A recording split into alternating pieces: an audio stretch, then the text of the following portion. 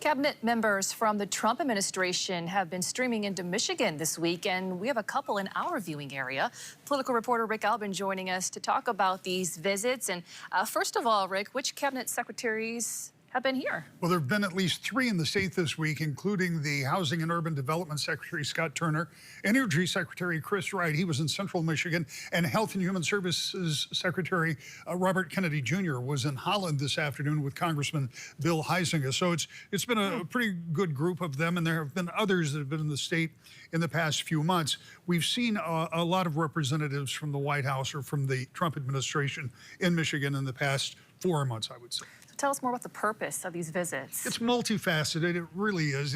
It's one, to promote the administration policies, meet with stakeholders, try to get buy-in from people that they're trying to work with, but it's also to appear with members of Congress, as we pointed out, to make sure they're on board and they support the administration. Of course, members of Congress are up for re-election every 2 years. Cabinet secretaries tend to draw media, which is an added benefit there. So it kind of is a multi-layer thing, but it really is a lot about talking about policy and trying to connect, for, in this case, talking about nutrition and being out at Kids Food Basket. It was kind of a natural conversation starter.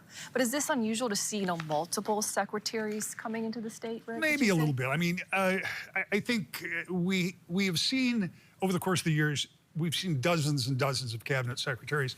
I remember almost back-to-back trips by Secretary of Transportation Pete Buttigieg and Energy Secretary Jennifer Granholm during the Biden administration. Over the years, like I say, we've seen these cabinet members all the time. And they come in on any other number of subjects, and it's just kind of part of what they do. That's kind of what a cabinet secretary becomes, as an ambassador for some of the policies of the administration that pertain to their particular cabinet position. All right, in that video, we could see you and Secretary Kennedy. You talked with him afterwards. Talk more about that conversation you guys had. Yeah, this is, and I should say, this is the second time I've had a chance to have a longer conversation with him. Back when he was running for president, I sat with him for about 25 minutes. He was over at St. Cecilia's on one cold February, if I recall, morning, and he packed the place. I mean, there were people all over the place. And we talked about a number of the things that he's talking about now in his new position. He wants more education, providing health providers know more about healthier food and know more about nutrition. He has a plan on that, and we talked about it. Also, the idea of focusing on proteins and whole food. You know, he flipped that entire pyramid, the food pyramid.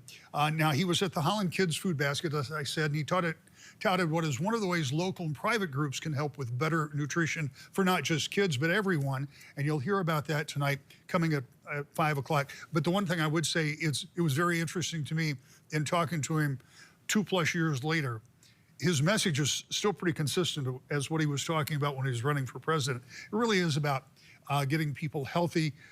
He still talks about when he was a child that we were one of the healthiest countries in the world, and now that he's in his 70s, we're one of the least healthy countries in the world, and that's something that concerns him. Okay. Rick Albin reporting for us. Thank you for coming on The Four. Great to see you. I know you've been busy with the debates, upcoming debates. So Those debates, appreciate your time. It's all pretty busy. Yeah. All right.